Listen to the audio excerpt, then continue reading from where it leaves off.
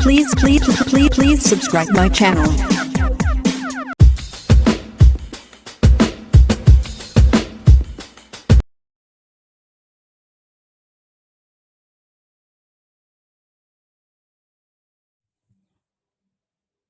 नमस्कार प्रिय विद्यार्थियों। आज हम 10th क्लास का जो चैप्टर नंबर 9 है उसका एक पॉइंट है अपवर्तन, रेरिफैक्शन। उसको हम स्लेब के माध्यम से और कुछ उदाहरणों के माध्यम से समझेंगे और साथ में ही अपवर्तन के जो 2 नियम हैं उनके बारे में भी हम जानेंगे। तो आइए सबसे पहले स्लेब के माध्यम से समझते हैं। स्लेब क्या है? जैसा कि आपको इस आकृति में दिखाई दे रहा है, ये आकृति एक कांच के स्लेब से बनाई गई है। जैसे मान लो ये मैंने यहाँ पर ये रबर रखा है, ये रबर मान लो एक स्लेब है और इस स्लेब से हमें कहा गया है कि इसके बाहर एक आउटलाइन खींचिए। तो स्लेब को जैसे मैं यहाँ रखूंगा और ये बाहर की एक आउटलाइन खींच दूंगा। आउटलाइन खींचने के बाद हमसे कहा जाए कि इस स्लेब में से, इस कांच में से देख करके पहले तो 2 ऑल पिन यहाँ लगाइए। बिना देखे हम लगा सकते हैं। जैसे यहाँ पर मैंने रखा और 2 ऑल पिन, एक ऑल पिन तो मैं यहाँ काट दूंगा और एक ऑल पिन यहाँ काट दूंगा। पी और क्यू 2 ऑल पिन है जो मैंने कागज के ऊपर लगा दी है या काट दी है। और इधर क्या रखा हुआ है? कांच का स्लेब। अब मेरे से कहा गया है कि इस कांच के स्लेब में से इधर से देखना है और इधर से देखते हुए इस पी और क्यू के सामने 2 ऑल पिन और काटनी है। तो जब मैं इस स्लेब में से देखता हूं तो ये दोनों ऑल पिनें हैं मेरे को इस स्थिति में दिखाई देती है। तो मैं यहाँ पर 2 ऑल पिन और काट देता हूं, एक तो आर और एक एस। तो कुल कितने ऑल पिन हो गई? 2 और 2 4। इन दोनों ऑल पिनों को एक रेखा के माध्यम से मैं यहाँ तक मिला देता हूँ और इन दोनों को भी इस रेखा के माध्यम से यहाँ तक मिला देता हूँ। यहाँ तक समझ में आ गया होगा। एक बार दोबारा सुने। आयताकार स्लेब यहाँ पर अपन रखेंगे। जैसे मैंने यहाँ पर ये रबर रखा है, ऐसे ही कांच का स्लेब मान लो यहाँ पे रखा हुआ है। फिर 2 ऑल पिन हम थोड़ा तिरछा काटेंगे, इधर एक पी और एक क्यू की जगह 2 ऑल पिन काट देंगे और उन दोनों को रेखा से यहाँ से मिला देंगे जो इस स्लेब का एक आउटलाइन बना हुआ है। फिर 2 ऑल पिन इन दोनों के सामने इस स्लेब में से देख करके इधर की ओर काटनी है। वैसे तो सामने इधर होता है लेकिन इसमें से देखने पर वो हमें यहाँ पर दिखाई देगी सिद्ध में। तो यहाँ 2 ऑल पिन काट देंगे, इनको भी एक रेखा से आउटलाइन से मिला देंगे। इसके बाद में इस स्लेब को हटा करके हम साइड में रख देंगे। अब ये जो बिंदु है ओ डैश और ये बिंदु है ओ, इन दोनों को एक लाइन से या स्केल से अपन मिला देंगे। मिलाने के बाद एक अभिलंब यहाँ खींचेंगे। अभिलंब से तात्पर्य इस पृष्ठ से 90 डिग्री का कोण बनाते हुए एक रेखा एन और एन डैश अपन खींचते हैं। इसको बोलते हैं अभिलंब। अभिलंब के द्वारा यहाँ पर एक कोण बनता है, इंसिडियल एंगल या आपतन कोण, कोण आई। ये आपतित किरण है और ये अभिलंब है। दोनों के बीच में बना कोण क्या कहलाएगा? आपतन कोण। साथ में ये जो किरण है ये अपवर्तित किरण है। अपवर्तित किरण यानी ये इस कांच में से आकर के अंदर की ओर मुड़ रही है। तो अपवर्तित किरण और अभिलंब के बीच में बना हुआ कोण कौन सा कहलाएगा? अपवर्तित कोण, रेरिफैक्शन एंगल। इसके बाद में किरण यहाँ जाती है और जैसे यहाँ से बाहर निकलती है तो इधर की ओर मुड़ जाती है। अब हम इसके बात करें कि इसमें हो क्या रहा है, तो इसके अंदर अपवर्तन हो रहा है प्रकाश का। जैसे इन दोनों ऑलपिनों का प्रकाश बाहर से, अब बाहर कौन सा माध्यम है? हवा। अंदर कौन सा माध्यम है? कांच। दोनों में से सरल कौन है? हवा। सघन कौन है? कांच। तो जब प्रकाश सरल में से सघन में, हवा से कांच में प्रवेश करता है तो उस प्रकाश की जो चाल है वो घट जाएगी। और जब प्रकाश की चाल घट जाती है तो वह अपने मार्ग से विचलित हो जाता है। उसको जाना कहाँ चाहिए था? ये डॉट डॉट जो आपको लाइन दिखाई दे रही है, इस दिशा में उसको जाना चाहिए था, लेकिन माध्यम बदलने के कारण वह अपने मार्ग से भटक गया और भटक कर किधर की ओर चला गया? अभिलंब की ओर मुड़ जाता है। फिर जैसे ही ये कांच से बाहर की ओर निकलता है इधर की ओर, यानी ठोस से सरल में या सघन से सरल में, तो फिर उस प्रकाश की जो चाल है वो बदल जाती है, बढ़ जाती है। तो बढ़ने पर वो वापस अविलंब से दूर चला जाता है। और जब इनको अपन मिला के देखते हैं तो इस दोनों रेखाएं हैं वो एक दूसरे के समांतर होती है। तो इस प्रकार से ये अपवर्तन था। अपवर्तन यहाँ कितनी बार हुआ? 2 बार। मोस्ट यहाँ से बनता है कि सरल से सघन में जाने पर किरण कहाँ मुड़ेगी? अभिलंब की ओर। और सघन से सरल में जाने पर अभिलंब से दूर चली जाती है। तो आइए कुछ उदाहरणों के माध्यम से हम और इसको समझते हैं।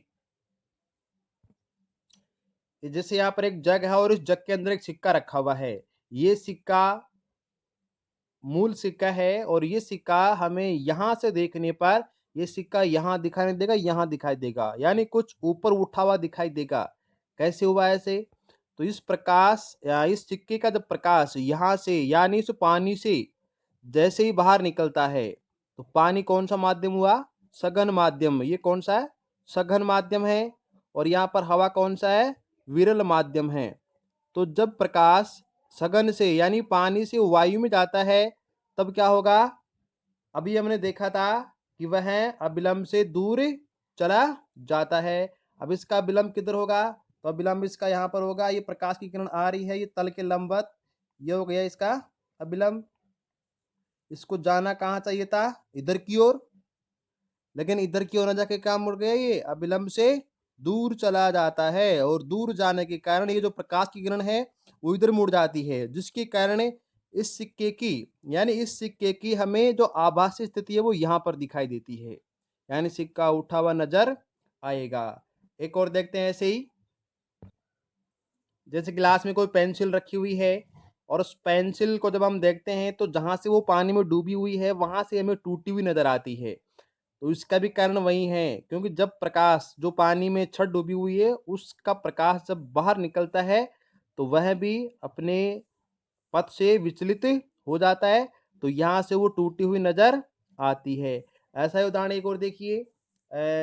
ये छड़ इसी छड़ का है, ये कैसे टूटी हुई दिखाई देती है? तो ये छड़ इस पानी में रखी हुई है, वैसे बिल्कुल सीधी है, लेकिन जब इसको हम यहाँ से देखते हैं तो ये हमें इस पानी से टूटी हुई नजर आती है, क्योंकि यहाँ से जो प्रकाश बाहर की ओर जाता है तो वह सरल सघन से सरल में जाएगा, यानी पानी से वायु में जाएगा, तो अविलंब से दूर हट जाएगा। अविलंब इसका इधर की ओर रहेगा, यहाँ पर ये इसका विलंब है, तो यहाँ से प्रकाश क्या हो जाएंगे? किरणें दूर हट जाती है, जिसके कारण इसकी जो आभासी स्थिति है वो यहाँ बनती है, यानी छड़ हमें यहाँ पर दिखाई देगी। तो ये इसकी क्या हो गई? आभासी स्थिति। ऐसे ही ठीक जैसे कि इसके अलावा समुद्र में या तालाब के अंदर जो मछुआरे होते हैं मछली पकड़ने के लिए उसकी जो आभासी स्थिति है वहाँ पर प्रहार नहीं करते हैं, वो जहाँ मछली दिखाई देती है उससे कुछ नीचे की ओर अपना निशाना लगाते हैं, क्योंकि वो जानते हैं कि वहां पर मछली नहीं होती है। इसके आगे हम बात करें अपवर्तन के जो नियम हैं वो कौन कौन से हैं? अपवर्तन के 2 नियम हैं। पहला जो नियम है वो ये है कि आपतित किरण और ये अपवर्तित किरण और ये अभिलंब क्या क्या हुआ? आपतित किरण, अपवर्तित किरण और अभिलंब, इन तीनों का तल एक ही होता है, लेवल एक ही होता है। जैसे ये प्रकाश किरण ये यहाँ से आ रही है, यानी इस किताब के तल से आ रही है, यह विलंब इसके तल के ऊपर ही है, तो ये किरण भी इधर की ओर ही जाएगी। ऐसा नहीं कि ये ऊपर उठी हुई नहीं जाएगी, उठी हुई नहीं जाएगी, ये बिल्कुल समतल जाएगी इसके। तो जैसे प्रकाश के परावर्तन का नियम होता है ठीक वैसे ये अपवर्तन का भी वही नियम है। इसको हम अपवर्तन का प्रथम नियम कहते हैं। दूसरा नियम है वो है आपतन कोण की जा, यानी इसको अपन बात करें अगर साइन आई बटा साइन आर, आर बोले तो रेरिफेक्शन, जो ये एंगल है अपवर्तित कोण है, इन दोनों की जो अनुपात है ये क्या होता है? कांस्टेंट होता है। साइन आई बटा साइन आर, यानी कोण आपतन साइन आपतन कोण की जा और अपवर्तन कोण की जा का जो अनुपात है वो कांस्टेंट होता है, स्थिर होता है, जिसको हम अपवर्तन के दूसरे नियम से जानते हैं। तो ये दोनों जो नियम है बहुत ही महत्वपूर्ण है और इस नियम को स्नेल के नियम से भी जाना जाता है। प्रश्न आ जाता है कि स्नेल का नियम क्या है? तो सीधी सी परिभाषा बनती है कि साइन आई और साइन आर की जा का अनुपात, अर्थात उनके कोण का जो अनुपात है उसका मान निश्चित रहता है, स्थिर रहता है। यानी इसमें इसका अगर भाग दिया जाए या इसमें इसका भाग दिया जाए तो उनसे जो मान प्राप्त होगा वो हमेशा क्या रहेगा, स्थिर रहेगा। इसी को हम स्नेल के नियम से जानते हैं। और एक है कि प्रकाश की जो किरण है उस किरण का वेग कितना होता है। तो प्रकाश की किरण का वेग होता है 3 × 10⁸ मीटर प्रति सेकंड, या किलोमीटर में अगर बात की जाए तो लगभग 3 लाख किलोमीटर प्रति सेकंड के वेग से प्रकाश चलता है। तो ये अपवर्तन के उदाहरण थे। अपवर्तन के उदाहरण में एक और महत्वपूर्ण उदाहरण है कि सूर्योदय से कुछ पहले एवं सूर्यास्त से कुछ समय पश्चात तक सूर्य का दिखाई देना। तो ये भी अपवर्तन के कारण होता है। जब सूर्योदय होने लगता है तो उससे पूर्व ही सूर्य से आने वाली प्रकाश किरणें वायुमंडल के विभिन्न घनत्व की परतों से अपवर्तित होती है, तो वो समय से पहले ही पृथ्वी पर पहुंच जाती है। देखते हैं इसको किरण के माध्यम से। देखिए यहाँ पर ये अंदर का जो भाग है ये पृथ्वी है और इसमें यहाँ पर एक अन्वेक्षक है। जैसे हम यहाँ पर खड़े हुए हैं और ये पृथ्वी के चारों ओर वायु का मंडल है जिसको अपन वायुमंडल कहते हैं। यहाँ सूर्योदय हो रहा है तो सूर्य की स्थिति यहाँ पर है। अभी सूर्य उदय हुआ नहीं है, लेकिन जब सूर्य का प्रकाश यहाँ से इधर की ओर इस वायुमंडल में जाता है तो उस समय इस वायुमंडल से वह क्या हो जाता है, अपवर्तित हो जाता है, और अपवर्तित होकर के वह इधर की ओर मुड़ जाता है, विलंब की ओर झुक जाता है, जिसके कारण ये प्रकाश समय से पहले ही पहुंच जाता है। कितने मिनट पहले? तो ये लगभग 2 मिनट पहले पहुंच जाता है। यानी इसको पहुंचना चाहिए था इस सूर्य की स्थिति यहाँ पर आने पर, लेकिन यहीं पर पहुंच गया। तो इस सूर्य की जो स्थिति है वो यहाँ पर उसको दिखाई देगी, इस व्यक्ति को जो यहाँ पर खड़ा हुआ है। यानी सूर्य यहाँ पर कैसा होगा, आभासी, और यहाँ पर कौन सा है, वास्तविक। कितने मिनट पहले दिखाई दे रहा है, 2 मिनट पहले दिखाई दे रहा है। उसी प्रकार से हम शाम की अगर बात करें तो शाम को भी जो है वो सूर्य अस्त होने के बाद, यानी यहाँ सूर्य चला गया जिसकी वास्तविक स्थिति है, तब भी इसका प्रकाश इस अन्वेक्षक के पास में या हमारे पास में पहुंच रहा है, क्योंकि प्रकाश यहाँ से मुड़ करके इधर की ओर झुक गया विलंब की ओर, तो इसकी स्थिति हमको यहाँ पर दिखाई देती है। तो यहाँ पर भी ये 2 मिनट बाद तक हमको दिखाई देता है।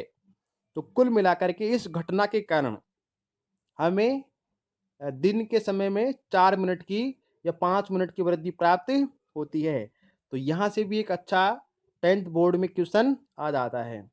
आशा करता हूँ अपवर्तन के ये कुछ उदाहरण और इसकी जो परिभाषाएं हैं वो आपको समझ में आई होगी, और अधिक समझने के लिए आप वीडियो को बार बार देखिए। धन्यवाद।